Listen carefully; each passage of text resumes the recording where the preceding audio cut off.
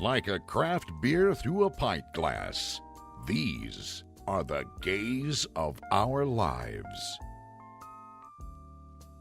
A show where Lisa and Avery get out their gay decoder rings to decipher the gay alphabet and bridge the gap between the older and younger LGBTQ community and everyone fucking else. And now here are your hosts, Lisa and Avery. Hey guys, it's Sears. And Avery. And today on The Gays of Our Lives, we have all the way from San Francisco, Ryan Reid. Yay! Hello. How are you, Ryan? You know, as good as I can be. It's really sunny and nice out today, so that's good. I'm lucky about that. You're in How San are you all Francisco. doing? Are you able to go out to the beach at all as long as you keep moving? Isn't that... So beaches here are not super popular as people might think because it doesn't ever really get hot enough for the water to warm up. So it's not like super, super popular. People like sunbathe and stuff. But I know I'm not 100% sure like what the situation is, if we're actually allowed on the beaches or not. People are going to them, of course, but I'm not sure if we're supposed to be. Yeah. I would rather be in quarantine out there in California any day over Indiana, that's for sure. Yes. I'm very grateful to be, because I mean, San Francisco is a beautiful city to begin with. And we do have pretty sunny weather, even if it doesn't get like super warm. Although today it is like 79 degrees. So it's like, oh, wow. It's kind of about as like warm as it gets here. It's usually in like the low 70s in the summer. There might be a couple days where it gets to 90, but it's like pretty much perfect. So. Ooh, I didn't know that. I might have to look at going there instead of moving to LA, move there. Right? Yeah, LA is hot. Yeah. I totally understand why people lived in San Francisco. That's like perfect weather. Oh, yeah. Absolutely. And then in the winter, it goes down to maybe like 40s and it's rainy, but like no snow, no super cold. So I love it. I can handle that. Right? How far are you though from LA? About 5 hours? I think it's like 5.5 without traffic, but normally it'll take like 6.5, 7. Still, that's not that far of a drive to, yeah. It is not, yeah. That's perfect. Yes. Sorry, planning my future. No, I get it. Mine doesn't require knowing that, so I didn't ask that question. Are you originally from California? I'm originally from Connecticut, and then I went to college outside of Philadelphia, and I lived in Philadelphia for like 11 years, 10 or 11 years before I moved here. Oh, wow. You don't look old enough to have lived anywhere that long. I'm 30. Are you? Yeah. Wow. Oh, I see. So I'm about to turn 30 and I pegged you as younger than me. Okay. Okay. That happens a lot. Sure. I'm totally sure. So. Yes. So go ahead. How is the queer culture out in Philly? So Philly is kind of weird in general. It's a very like segregated city. And that shows up, I think, in the queer community too. There was definitely bars that were like, there were like lesbian bars, there were like Black gay man bars, there were like white gay man bars. Like there weren't really like a lot of like spaces that felt like queer, because I feel like that's a really different type of feeling, if that makes sense. Mm-hmm. And I'm not saying that those bars were like officially segregated, right? But like it's a very segregated city based on income, race, religion, things like that. It's very easy to tell like what neighborhood you're in and like what like type of bar you're in, because people like tend to be that sort of way. Much less here. Yeah. Like here feels a lot more inclusive. Yeah. Would you call just San Francisco queer in general? Yeah, but also it's becoming very corporate. And I have like only living here in the Bay Area for like a year and a half. I have not seen that change, right? That change was happening way before I moved here. But I'm a high school teacher, and so a lot of teachers that I work with are from San Francisco, because like how else can you afford to be a teacher here if you like didn't grow up here? It's so expensive to live here. Yeah, My husband makes money, so I can afford to teach here. that's beautiful. But they all like a lot of teachers here grew up here, and so I hear a lot about like how San Francisco has changed over the years. So now, how do you identify exactly? Me. I mean, I guess in terms of what? sexuality. Let's. Yeah. I've used the term queer in terms of like sexuality for a few years. So I came out initially when I was in 10th grade. So I was 15. I came out. I was like, I'm gay, but like thought that just like gay meant like kind of everything in the LGBTQ plus community because like I didn't know any better because I was 15 and it was 2005. Yeah, it wasn't. Well, I don't even remember there being words for a lot of other things in 2005. Right. Like I grew up in conservative Indiana. You grew up in Connecticut. Like you know what I mean? Like Yep. very conservative spaces where like queer is not going to be a word where you're like, yeah, that sounds right. You know what I mean? No. The first time I heard the word queer in like a positive way or as a sexuality was in college. Like before that, I had always heard it as an insult, essentially. Yeah, 100. Yeah. I remember there was this one guy who referred to himself as queer, and I'm like, well, I get you're trying to like make a joke. He's like, no, and then like it was like he explained it to me. Yeah. I remember that like blew my mind, like being like, oh, so like you can, because then even I was like, I not that I bi shamed people, I was just very skeptical myself if bisexuality was real for a while. Well, Okay. I have had friends go, well, I thought queer was a bad thing. And I'm like, well, we've taken that term back. It's ours. Yeah. I It is totally queer. agree.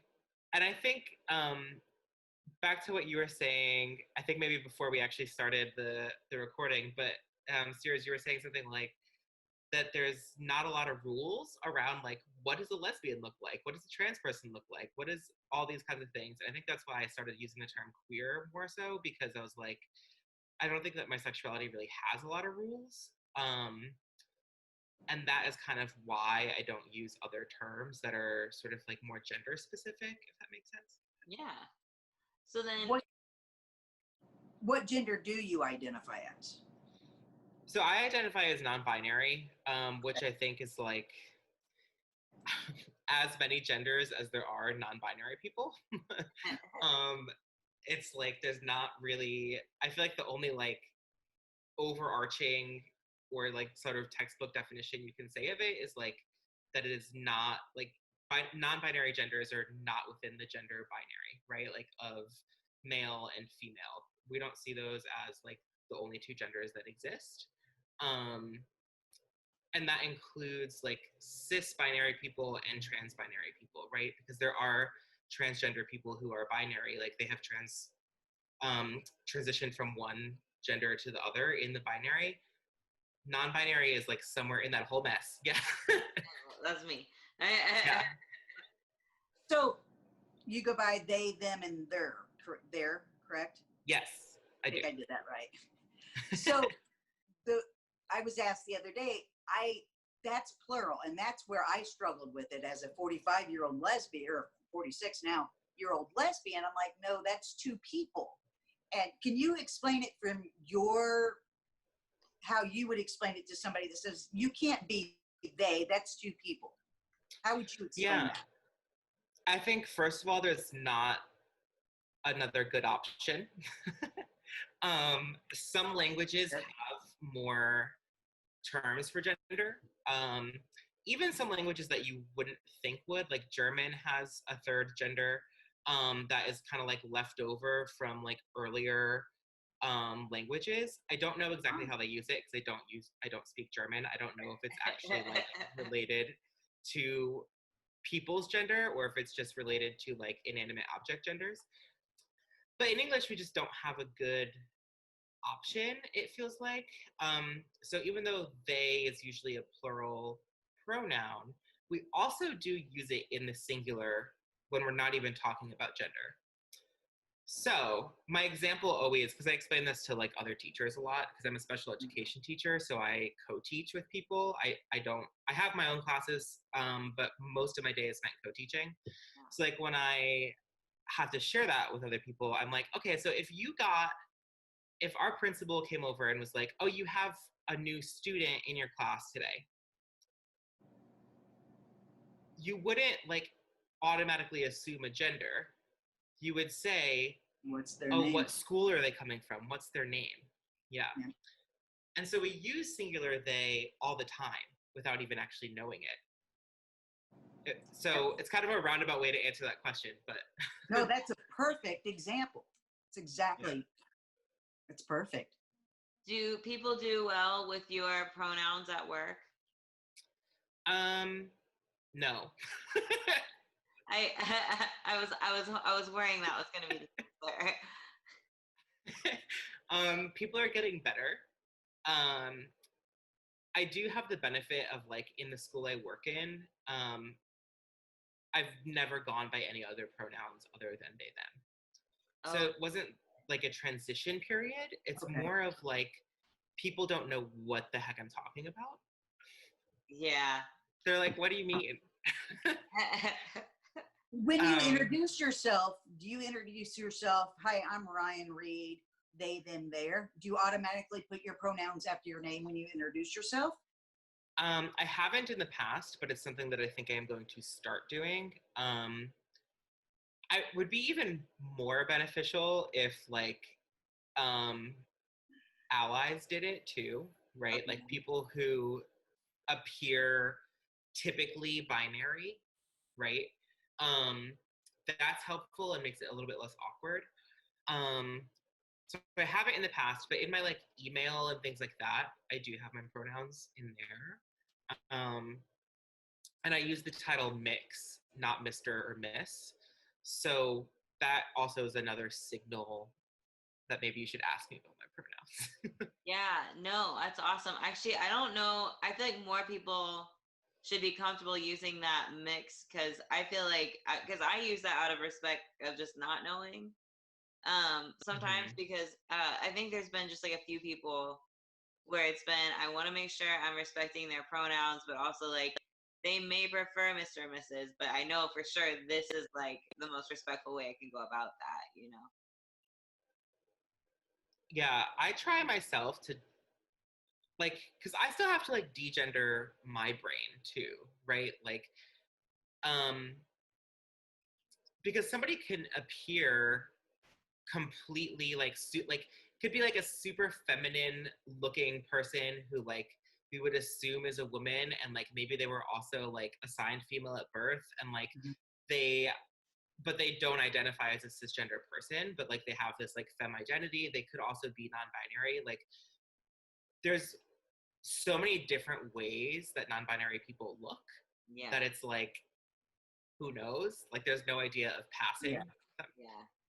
Well, and like for you, obviously your dysphoria, your beard doesn't affect you with your dysphoria. No, just because I think I look better with a beard. And I can feel like, I think that after I like came out as being non-binary, that made me feel really okay with a lot of things that I didn't like about my body for my whole life. And also like, so some non-binary people don't consider like non-binary as part of the trans community, but personally, I don't feel that way, because I feel like if you are trans, that means your gender is different than the gender you were assigned at birth. And I think that's kind of more of an umbrella term, if that makes sense. Oh yeah, 100%. Yeah, absolutely. Yeah. So it gets like very confusing, I think, because I have a very different type of like dysphoria than somebody who is a binary trans person. Yeah. And I can't speak to that experience, but I guess like an example of it. So like growing up, like I always was like, I like prayed literally. So I grew up super Catholic, first of all. I prayed like every day from the time I was probably like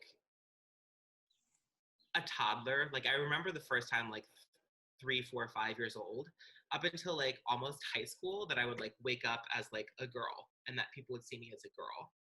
And would have never known that I was a boy before that. So I Mm-hmm. had like, I didn't like hate my body and didn't want to like get rid of anything or add anything, but like I wanted people's perception of me to change. If that, it's like kind of a little bit of a like little nuance to what I've heard like binary trans people say. No, I get that, because I think I remember, I mean, I remember like just thinking like it'll be a phase, and at some point I want to be just like all the other girls, but it never happened. And so then I remember always just like thinking like it would have been easier if I had just been a guy. It makes sense more like the beard to me. So I was talking to a friend of mine the other day, and she's like about my age. She's a little bit younger, and we were talking, and her breast really bother her, but nothing else does. She doesn't want to be a man, but that is her dysphoria, or her breast. And she was like, if that would have been a thing, I think I would have, I can identify as non-binary more than as just a lesbian, because that has been my dysphoria, and I don't want to. I want to get them cut off, and I was like, that makes sense, because like the other dysphorias doesn't affect her. And so that kind of makes sense for me being cisgender. Yeah, I think people should be able to do what they want with their bodies. Like, I think that there are all different ways to be you. And I mean, there's lots of like sociologists who like talk about gender as being like so unique that every person on this planet has their own gender, right? Oh yeah.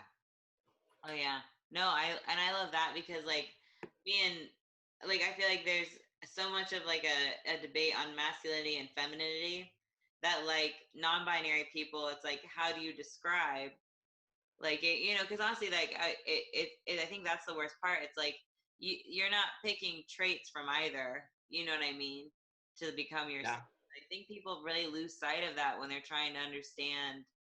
Not that like they need to understand, but like I think people just assume that you're gonna go feminine, or I totally lost track of that whole rant. I am so sorry. I swear I think I picked up on what you were saying. So that makes me think of like the different ways that people identify themselves too, right? Like, so a binary trans person who transitions from male to female would call themselves like an NCF trans woman, right? Or just a trans woman. I wouldn't call myself a trans woman, but I do use the term trans femme or trans feminine because I have a femme identified gender, but I don't consider myself necessarily a woman the same way I don't necessarily consider myself a man. Right. I've never heard trans femme. It's probably my favorite term to describe my personal gender, right? That I'm a person who is assigned male at birth. I have gone through like lots of work on myself to realize that I have a more feminine gender. And honestly, I think about a lot the fact that like when I was a little boy to everyone else, right? When I was Ryan, when I was a kid, really I was not a little boy, I was really a little girl, but I was not allowed to express that. And I was not allowed to express my gender. And I think that probably if I was like born today in 2020 in San Francisco, and I was born and assigned male, I probably would have like transitioned to female from like an early age.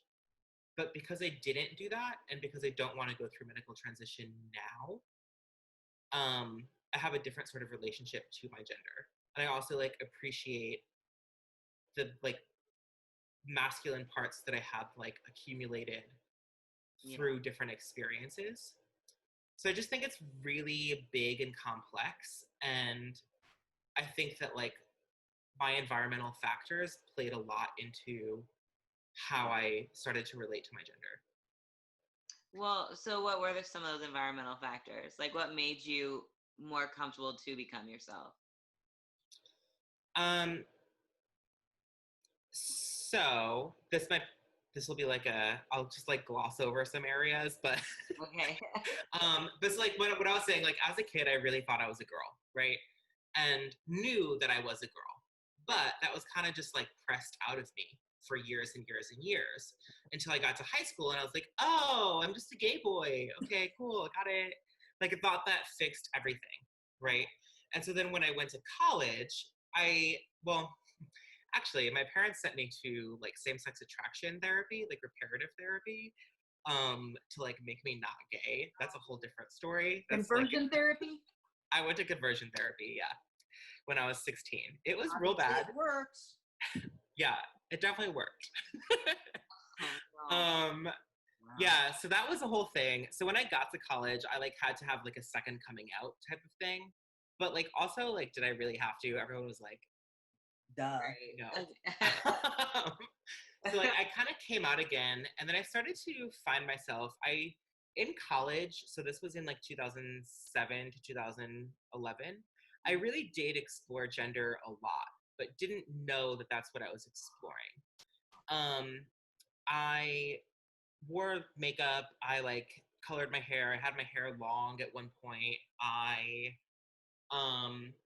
would wear women's clothes, like like those types of things. Like I really had a very like gender queer, gender fluid identity, but didn't know those words and didn't understand that. And then when I graduated from college, I like went out into the working world and it was like, okay, I guess I have to put on this suit and tie now. So I like fell into that. Yeah. And then yeah. So I like just assumed that identity, a masculine identity, and kind of just like forgot all these things. And then was like, why am I so unhappy? Like why like I was so unhappy. Yeah. And like really unhappy with my body. I was doing a lot of really destructive things to my body in terms of just like over exercising like crazy, right? Like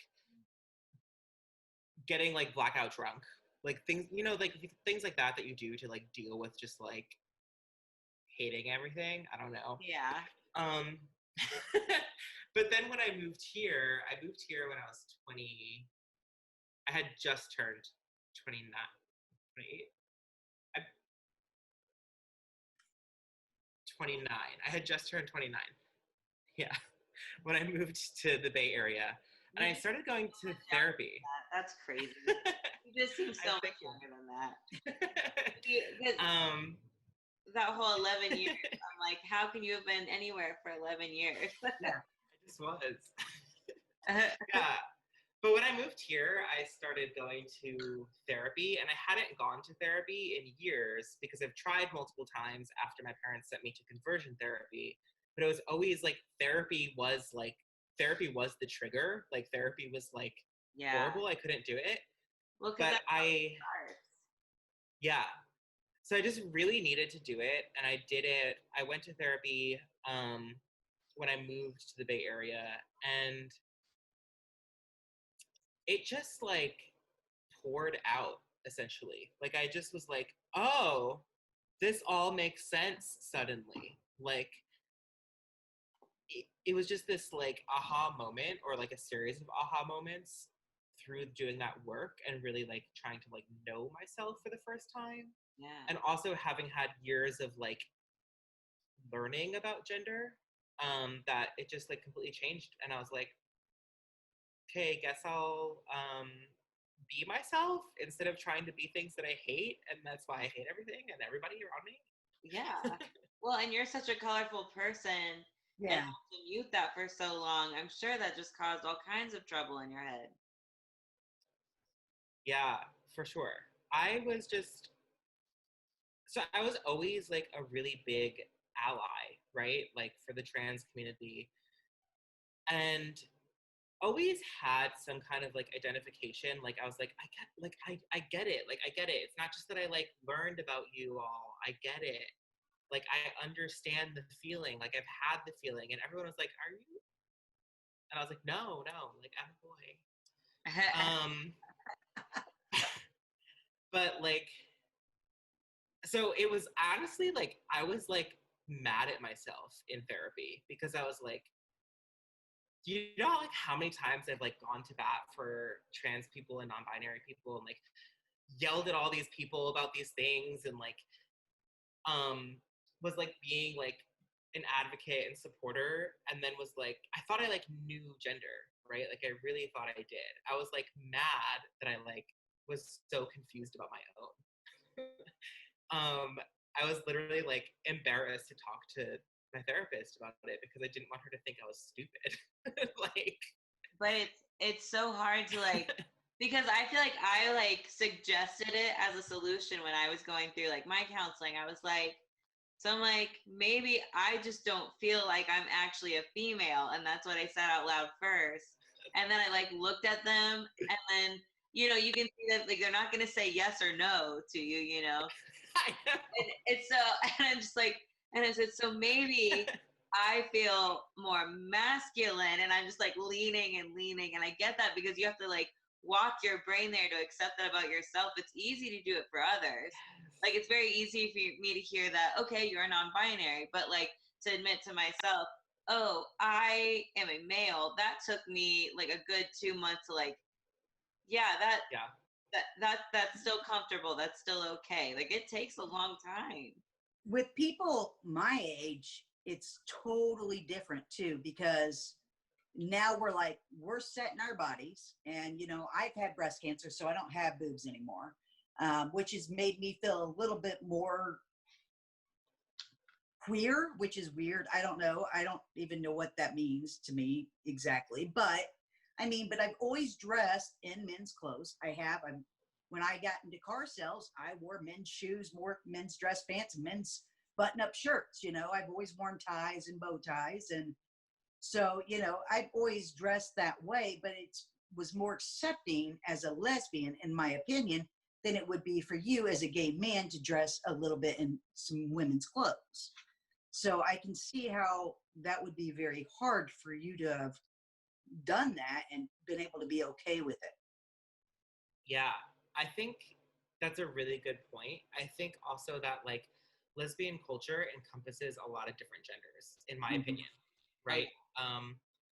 I think that like what you're describing, right, as like you identify as a woman, but like you've always dressed in like men's clothes and like been masculine.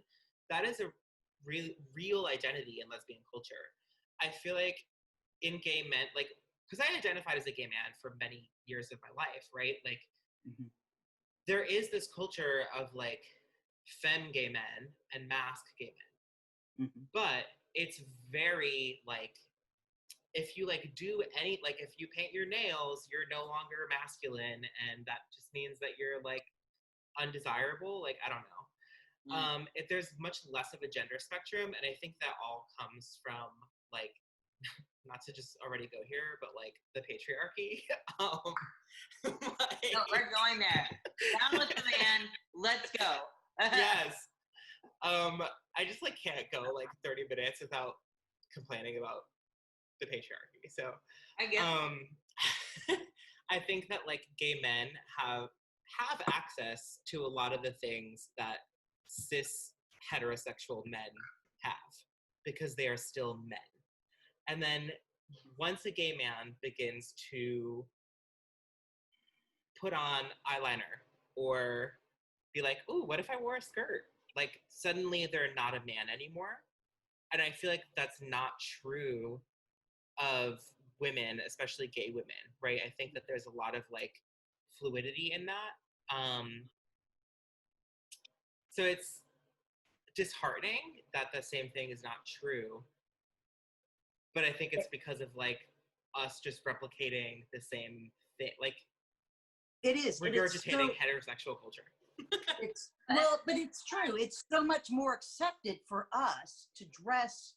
You know, I mean, I officiate weddings, and I officiate these straight cisgender weddings, and they love it that I wear my bow tie and my shirt. And you know, the only thing that I have on is underwear that's girls. You know what I mean? Everything from top to bottom. But that's totally acceptable. But if a gay male or a non-binary person was born male and they came in a dress, to officiate this wedding, cisgender straight wedding, I don't think it would be as accepted. And is that right? No, it's not. But that's unfortunately the way it is. See, but then I feel like, I'm sorry, I didn't mean to interrupt. No, I feel you're like fine. that's where when I started transitioning, it was hard though too, because that is such a part of lesbian culture where you do have that fluidity that extends as far as dress goes. Like I was told quite a couple times, like something to the extent of I'm just a butch lesbian taking it too far. You know, and that hurts because, you know, I'm laying out my identity to somebody. So it's like, I feel like, you know, that is like a jagged sword there, because I feel like, you know, and not like that coming out is easy regardless, but it's just, it's funny how the conversation is different on both sides. Yeah, I think it's the reason it's very different is because, like, in certain ways, like a person who's assigned female at birth who presents very masculinely has given themselves access to more power, right? As in our like patriarchal society, but somebody who's assigned male at birth who presents in a femme way has sort of stripped some of that power away. But I think that's good because I think that we need to actually appreciate femme-identified people and cisgender women also. Like, I think that trans rights and issues are part of feminism, right? Like, I think that like that extends beyond that.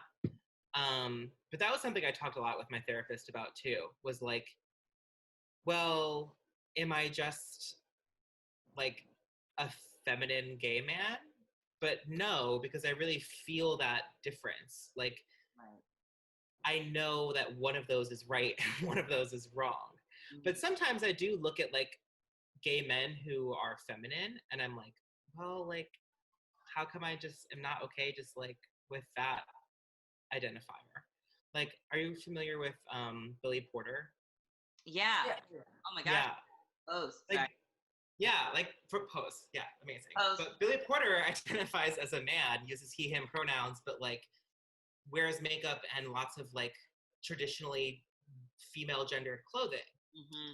And so I look at somebody like that and I almost have this like, that makes me like question myself in some ways. I don't know if that's kind of like what you were in the same realm of what you're talking about.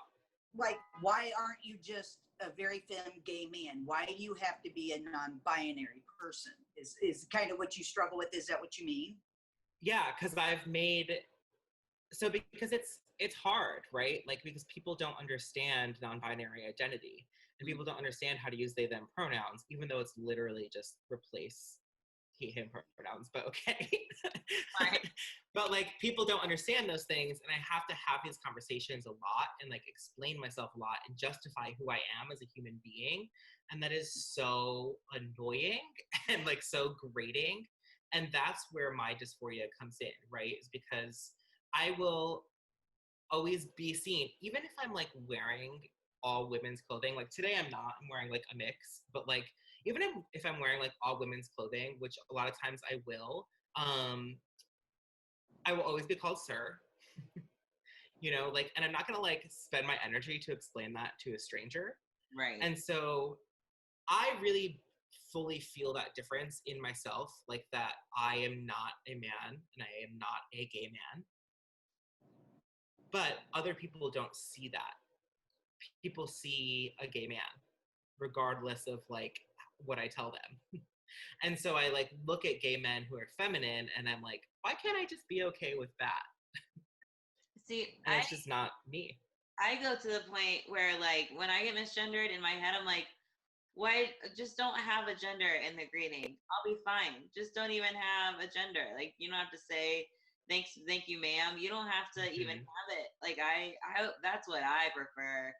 Like, like when Kelsey was on, we asked her gender and she said she, her, sir, because she's almost my age, and we were always called sir. I mean, and so me and my friends opened the door for each other and we're like, thank you, sir, to tease each other because we've always been called sir, you know, all of our lives. And so it's just like, I don't want to change anything from she or her, but do I feel a little bit more gender fluid? Yeah, I mean, now that I'm learning all this, but see, our age, we didn't understand it. And I think it's like Billy Porter's a little bit older than 30, I think. Correct? Billy Porter's in his 50s. Just making sure. Well, I didn't want to say anything to I love him so much. Oh my god. in case he actually was on the show. I mean, I have never watched, and it's funny because my fiance got me into him. Because, like, well, I didn't recognize him in Swiss video at first. And then what's the video? Calm down. You need to calm down. Anyway, so in that video, he's in it, and I'm like, I had no idea that was even the same person as the guy on Pose until he dressed in Pose, and I was like, oh my gosh. And I've just been. I'm saying, since he is the older generation like myself, yeah, I think we are stuck in, no, we are, because people were like, what are you, sir? No, I'm a she. We were so anti calling us the other that we are not going to change it, because I am never going to change being she, her, homo, or bitch. Those are my pronouns, whatever. I'm not changing that. But because we've been so set in that, and we, does that make sense? I think it's more the older, if that's why. Yeah, no, I think that makes a lot of sense. So I think that there's also, like, there's non-binary people who don't use they, them pronouns, right? Like, there are non-binary people. I have a friend who is non-binary who uses she, her pronouns, wears a binder every day, is saving up for top surgery, like, but still wants to use she, her pronouns. And, like, that's fine too. You know what I mean? And I think that, like, I also hear what you're saying about, like, older groups, because I have a friend whose partner is like, yeah, I guess I definitely really do identify more as a man, but, like, I've used she, her my whole life, and I'm 50, so I'm going to keep doing it. Yeah. And, like, that's fine too. The reason I chose to use they, them pronouns is so my initial reasoning, because I had to, like, convince myself to use them, because, like, I knew it would be a pain in the ass. Yeah. Definitely an uphill battle. Yeah. And so, like, I was like, well, like, should I just continue using he, him pronouns? Like, why not? Like, well, why does it really matter? Like, as long as I know myself. But I've used them as a conscious way of, like, fighting against our ideas of gender. Okay, I like that. Yeah. So I also, like, want to make the space. So especially because I'm a teacher, right? Like, if I use the title, so, like, the title mix feels really, really good. Like, always hated being called Mr., Sir, things like that. Hated it. Always. Ugh. That is, like, very necessary to me. Kids don't always get my pronouns right. And I don't always correct them, but, like, I try to as much as I can, but it's like, if I'm misgendered like 300 times a day, like, ugh. Yeah. But using they, them pronouns for me as a teacher is really important, because I feel like I'm opening up space for other non-binary kids or trans kids who want to change their pronouns and be called by the correct pronouns for them. And as I've, like, so that was my, like, kind of, like, initial reasoning, but really it was just because, like, they, them pronouns felt better for me. They felt more correct for me. But I was, like, too afraid to say that because I don't know. Because I was afraid of it. Yeah. Well, first, Understandable. well, coming face to face with yourself is a very scary thing. And when we have to do that to, like, narrow down whether it's, like, a pronoun or whatever, like, even when I was trying to decide if I wanted to change my name or not, like, things like that, you kind of hit this point where you have to look at yourself, and it's scary because you have to see flaws too. And nobody wants to do that, Yeah. And if you have to change something about yourself and it's not in the routine, oh my God. Yeah. I don't even want to change my email address. Like, yeah, that's a lot of work. You have to be creative with that. I think it sounds like, and correct me if I'm wrong, that a point of it is how much dysphoria you have. Is how far on the trans scale you go. Am I correct in that kind of assumption? I don't know. I don't know that there's like a really. I don't know that there's a scale. I don't know. Because gender is a sliding fluid. Yeah. Or a sliding scale because it's fluid. I didn't know if binary is kind of a sliding scale like that. As far as I don't know. I feel like for me, I'm very much aware that like I have been both. Like I feel like I was a girl, but was in a boy's biological body, even though biology doesn't actually even work that way. It's not only two biological sexes either. Yeah. But so like I was a girl in like a boy's life, essentially. And then, but like as I got older, like I really did identify as a man for like the first few years of my 20s because I like partially because I didn't know any better, but also because like but I lived that life, right? Like so like I acknowledge both of those parts of me. Yeah. But my femme identified side is it's not just a side. I am just femme identified, right? But I also don't believe that I have to go through medical transition in order to be respected. So it's a huge balance. I don't know that for me it's a spectrum. I think I'm just like all of it in me. Yeah. At this point, and that's why I use they them. That's why because I also know people who look like me, right? Like have a beard, but use she her pronouns. Yeah. Those are okay for me. He him is just like absolutely not. Well, and because even then, like it's like you want someone to at least recognize that you're not like a traditional gender. You know what I mean? I mean that's that's where I think we go back to. I think you said earlier, it being under the trans umbrella. You at least want to be recognized in the right community. You know what I mean? Yes. That's like because that's where I feel about it at the very least. I would even accept like they them their over she her hers any day. Yeah. How do you dress for work? This is something I would wear to work normally. But I also have like I would say a lot of my clothes are women's clothes that you might not know are women's clothes if they're not on a traditionally female body. Hey guys, it's Lisa with The Gays of Our Lives, and this week's episode is sponsored by my own CBD line through Denver CBD. It's actually the first one in town here that has vitamin D in it, and it's also helping with different causes.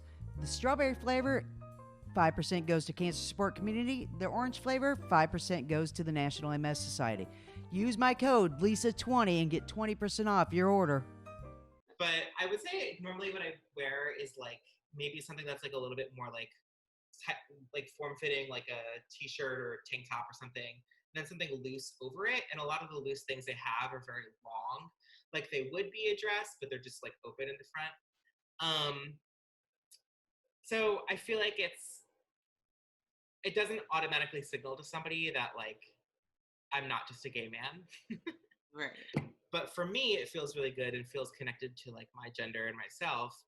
And I went through years of hating everything I wore because I like wore like button-down shirts and pants and like polos and was like, ugh, Yeah.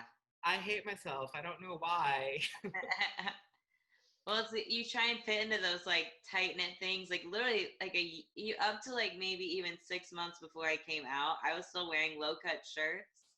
And then there was finally a day where I wore one, and I was like, I cannot even take myself seriously. I am not comfortable. I don't know why I've been dressing like this for like my entire life because I was taught if you have them, show them. And then I was like, and then the minute I changed my wardrobe, I was like, I'm definitely on the right path now. I feel like your wardrobe really feeds into the freedom you had. That's weird because even when I was a kid, my mom would put dresses on me and I would take them off of me. Don't even get me I started. never, ever have dressed femme. I mean, I went to prom and wore a dress.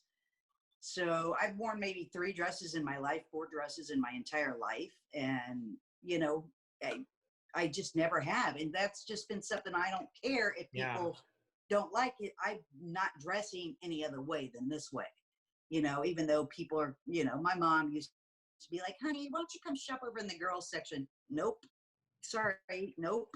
Not happening. I Yeah. don't want any of that, so that's what I mean. It's so much easier, I think, for me to go to Kohl's and go into the men's section and pick out clothes for myself than it probably is for you. And that's unfair, in my opinion, that it has to be like that.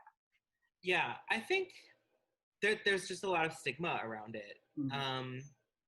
Like, for a lot of people, this is getting on their, this is sort of talking about like the patriarchy again.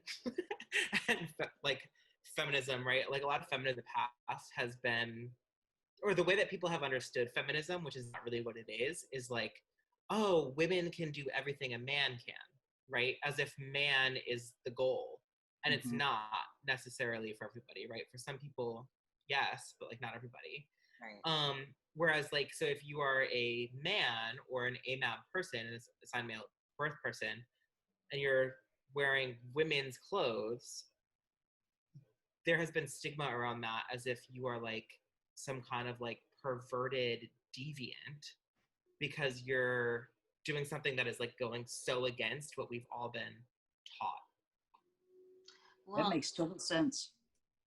And I hate it because it's all from like really how people were introduced to it, like unfortunately I feel like it became like the idea of dressing outside of gender became more apparent in the 80s when we also were dealing with the AIDS crisis and a lot of stuff was fighting each other there. Yeah. And I hate that they became associated with each other, but in reality that fear and stigma it got attached to everybody who wasn't comfortable in their birth gender, in my opinion. A friend of mine was talking about, she's a producer for shows and stuff, and she was doing one on librarians, and they had this big conference, and everybody's name tag had their preferred pronouns on their pronouns, not preferred, their pronouns on their name tag. And that was the first time she'd ever seen it. And, and you're right. I think more cisgender, straight, whatever you want to say, I think everybody maybe should. I mean, even me, maybe I should start using my pronouns more to make it more accepting for people, when you do introduce, like you said, maybe the allies and everybody else should start doing that to make it more the normal. Yeah. When I I'm a dancer, and so I've been taking a lot of like online dance classes right now because of lockdown. But like when I log in and I see a Zoom call and like somebody who I know is a cisgender person has their pronouns in their Zoom call, I'm like, that makes me feel even more comfortable with that person. Because they're acknowledging that like their gender isn't the default. Mm-hmm.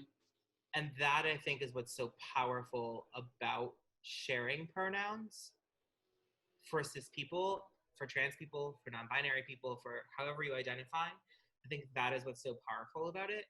And also, if we don't do it, we will never get beyond where we are right now. Oh my God. You know what? I actually think that should be a total new goal for us. I am going to change mine and have that on mine. You're doing it right. I know. I saw you doing it, Avery. I'm but like, have you? That's brilliant. The first time I ever really, it dawned on me that people, especially trans, should be doing that, and maybe everybody should be, is, have you ever seen, and I told Avery this, and I'm behind because I don't really watch TV, but this quarantine has caused me a lot of time to watch TV.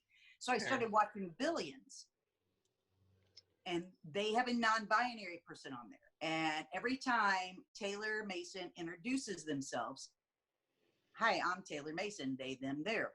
Every time. And anytime somebody else introduces them, it's the same thing. And it just was like, wow, this is the first show I'd ever seen that so respectful and so respected ever. It just was, I was just like sitting here like, wow.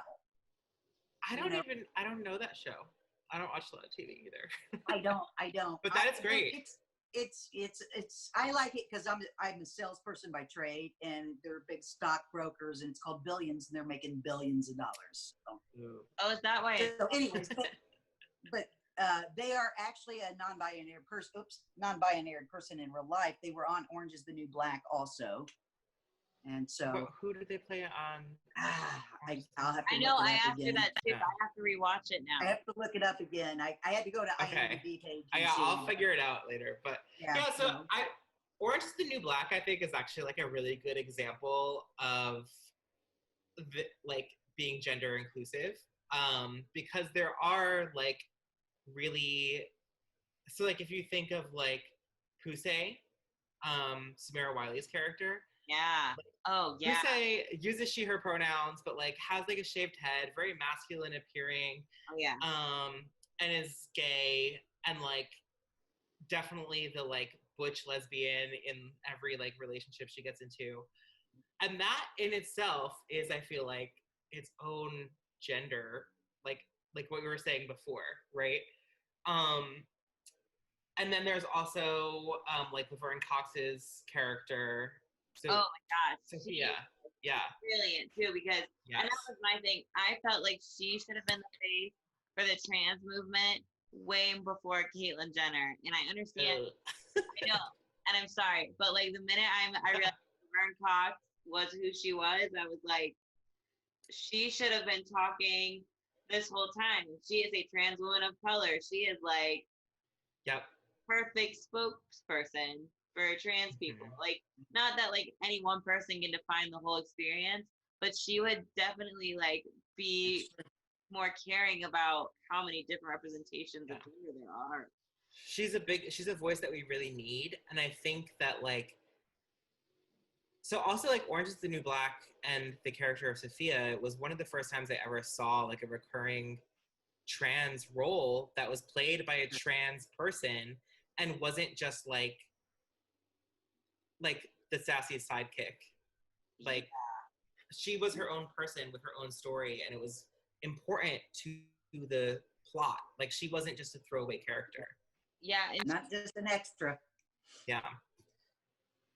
But I think the reason like that Caitlyn Jenner was sensationalized, right? And that she's probably one of the only trans people that people can name is because she lived so much of her life in prominence before her transition that it was scandalous. And it was a people. shock because she was a straight man. Yeah. Because a lot of, for the longest time, I didn't realize, and this is stupid, very stupid, that a straight man could be a trans woman. Yeah. You know what I mean? You just I think thought it was you always thought it was a gay man. That's it. Yeah. I think that's a big misperception too, because I think that like many trans women were in the past like straight men and are now trans women who are lesbians. Like that's a really big part of trans women, of people who identify as trans women. And and it's funny because like I think people struggle like that they're two separate things, that gender representation and sexuality are separate. And I think people have so much trouble grasping that. And it's like, yeah. And it really shouldn't be like, that's why it just shouldn't even be a thing. You know what I mean? Like, I love that like my fiance loves me and she identifies as queer because it's obviously not about my gender. You know what I mean? Like, and so I just, it's one of those things where I can't wait for that to come around. A lot of things are coming around as far as growth, but like I like to think that that's really coming around. Well, and I think with education, there's understanding and acceptance. Like with Billions, them having that show on, there's a lot of cisgender straight white men that are going to watch that show, and they're going to see that, and they're going to be like, well, they act like it's nothing, it's normal. I think with education, and whether it's in shows, whether it's on our show, whether it's on any of these, is going to come that acceptance, because I didn't understand it like I do now, and I still don't understand it is the best, but I'm better than I was, and so it's helping me to be able to use they and them, and the education is where it's at, in my opinion. But Hey, we have an episode, a part of our show now that we like to call The Gays Ask with a K. I say that the K is really important right there. Gays ask. You gotta get that Gays Ask. Ask. Just a couple fun random questions. Yeah, No and right or wrong answers. you can take as long as you want to answer them. They are not to put pressure on you. It's just fun to learn more about you. All right. All right. Go ahead, Ed. We'll go ahead and go first. I thought this as we were talking because you seem to be someone who is very acknowledging of clothing they like and have a very specific fashion taste. So I want to know if you could have any designer put out a clothing line for you, who would it be? I'm like really so bad at designers. Oh no, I was I like don't. I like really don't know any. okay. That's right. We're gonna keep that from ever happening then. And we're gonna ask if you could have any superpower, what would it be and why? Ooh. So I always like, even as a kid, I always really wanted to be able to be invisible to like know what people were saying about me, which is like really selfish reason to have a superpower. But like still, like I would really like to be invisible and just like walk into a room and be like, I knew you bitches were talking about me. Like, They'd be like, how? yes. Nobody was Like there. We were in the middle of a field. It's like when somebody forgets to hang up the phone with their friends and you're on the other line still. It's the same kind of thing. Yeah. That would be, I think that would be, it'd be useful. Okay, so you're nosy. No. Yes. Okay, if you could have dinner with anyone, who would it be and why? Ooh. This is gonna sound like such a stupid answer, but like I spend a lot of time on social media because like I like being familiar with people who are popular on social media because that's like who's relevant to like my students. Like the way that like pop stars were relevant to me in high school, like social media influencers are relevant to my kids and I like use them in my lessons.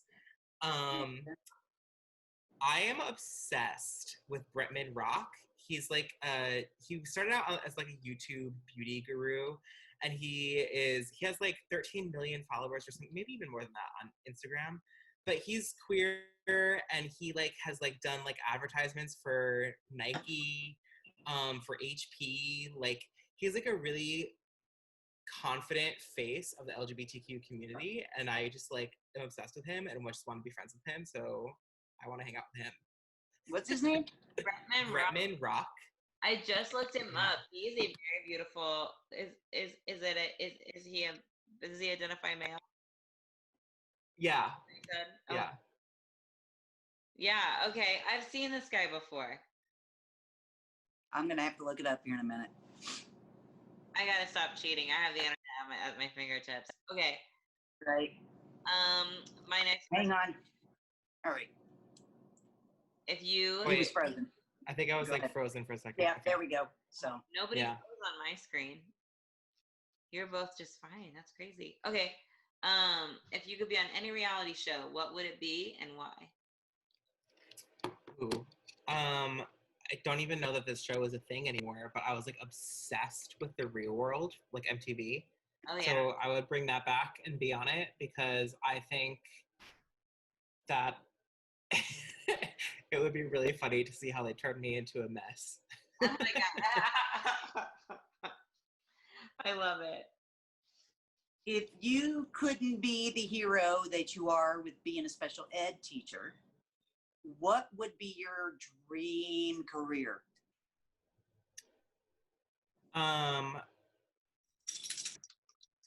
I always really wanted to be a writer.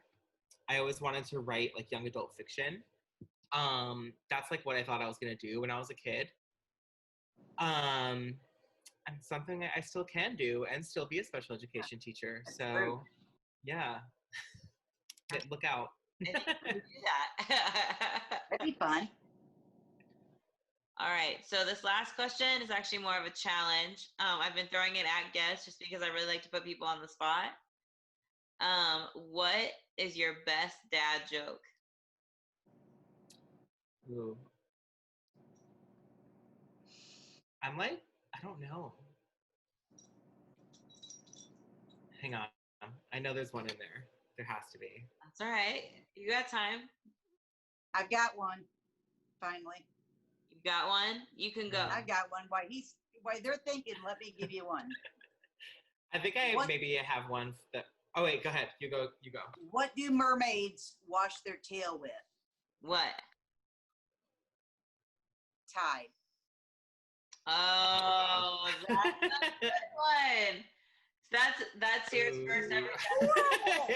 That was great. I don't like dad Oh, jokes. that was so good. Oh, Oh, awful, awful. all right, Ryan.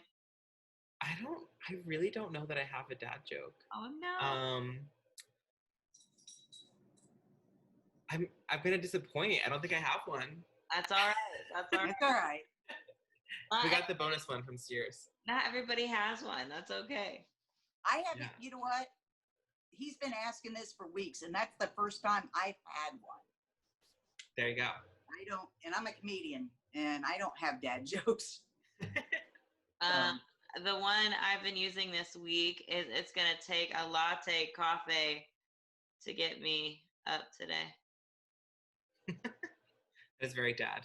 I obviously missed it because I didn't hear it. Obviously, That's okay. You can rewatch the episode on YouTube. no, I'm good. I'm good missing a dad joke. It's okay. Thank you so much, Ryan, for coming on and helping explain, non-binary in your perspective, because, like I said, with education and there's understanding and acceptance. Yeah, I agree. Thank you for asking me to be on, and thank you for asking so many questions. I want people to ask more questions, to be honest, instead of just like Assume. when I'm like, "Hi, I'm Ryan. My pronouns are they them," and they're like, "Okay." Like instead of that look, just ask me. I can answer it for you. I think people are scared to ask because they're scared to offend because they don't know what to ask. If that makes sense, Yeah, in a way. That's true. But thank you both for doing this and for asking to speak with me about it. Thank you so much for being on. Hey, if you guys want to be on, you can contact us at www.laughs.life. There's a contact me page there. You can also follow us on Facebook, YouTube, Instagram, Snapchat, and somewhat of TikTok. Kinda. There's like 2 videos on TikTok. This has been Gays of Our Lives. Make sure to check out the gays online at www.laughs.life.